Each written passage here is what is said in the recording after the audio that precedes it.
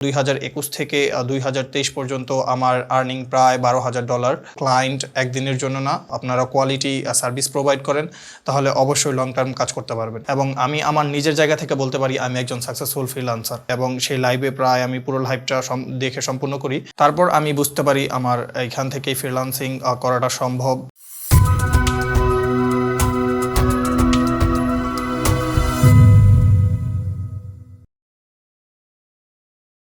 আসসালামু আলাইকুম, আমি মোহাম্মদ সাদাত হোসাইন। আমার ভাষা ঢাকা কেরানীগঞ্জ, এবং আমি 2021-এর মধ্য থেকে ফ্রিল্যান্সিংয়ের সাথে যুক্ত আছি, এবং আমি ওয়েবকোডার-ITর 57 ব্যাচের স্টুডেন্ট, এবং আমার মেন্টর ছিলেন মোহাম্মদ সুজন শেখ স্যার। আমি 2021 থেকে ফ্রিল্যান্সিংয়ের সাথে যুক্ত আছি, এবং এই 2 বা 3 বছরের মধ্যে ফ্রিল্যান্সিংয়ের থেকে আমি অনেক কিছু অর্জন করেছি, এবং আমি আমার নিজের জায়গা থেকে বলতে পারি আমি একজন সাকসেসফুল ফ্রিল্যান্সার। তো আজকের এই ভিডিওতে আমি আমার সফলতার আমার ফ্রিল্যান্সিংয়ের জার্নির সম্পর্কে তুলে ধরবো এই ভিডিওর মাধ্যমে। তো প্রথমত আসি, আমি এই সেক্টরে কিভাবে আসলাম, ফ্রিল্যান্সিংয়ের সাথে কিভাবে যুক্ত হলাম, তাছাড়া ওয়েবকোডার-ITর সাথে আমার কিভাবে পরিচয় হলো। আমি 2021-এর যখন আমার নতুন কম্পিউটার কেনা হয়, তখন ওই কম্পিউটারের মধ্যে আমি মূলত গেমস খেলার জন্যই কম্পিউটারটা কিনেছিলাম। কিন্তু একটা সময় আমার রিয়েলাইজ হলো যে আমি কম্পিউটার দিয়েও কিছু একটা করা উচিত। তখন থেকে আমার অনলাইনের ইনকামের প্রতি অনলাইন থেকে স্বাবলম্বী হওয়ার বিষয়টা আমার মধ্যে ছিল। তারপর আমি ইন্টারনেট থেকে রিসার্চ করে হঠাৎ একদিন ওয়েবকোডার-ITর একটা লাইভ সম্পর্কে জানতে পারি, এবং সেই লাইভে প্রায় আমি পুরো লাইভটা দেখে সম্পূর্ণ করি। তারপর আমি বুঝতে পারি আমার এইখান থেকেই ফ্রিল্যান্সিং করাটা সম্ভব।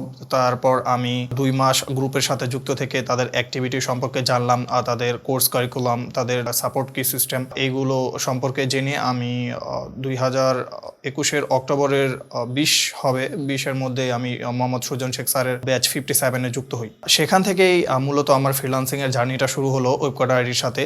ব্যাচ 57-এ অ্যাডমিশন নেওয়ার পর আমার মূলত ফ্রিল্যান্সিং জার্নিটা শুরু হয়, এবং ফ্রিল্যান্সিং জার্নির মধ্যে আমার মেন্টর মোহাম্মদ সুজন শেখ স্যার, ওনার ক্লাসগুলো উনি রেগুলারলি করাতো, এবং আমাদের অ্যাসাইনমেন্ট দেওয়া হতো ক্লাস শেষে, এবং অ্যাসাইনমেন্টগুলো আমাদের একটি ফেসবুক সিক্রেট গ্রুপের মাধ্যমে জমা নেওয়া হতো, এবং স্যাররা সাপোর্ট মেন্টররা সেটা চেক করে আমাদের ফিডব্যাক দিত।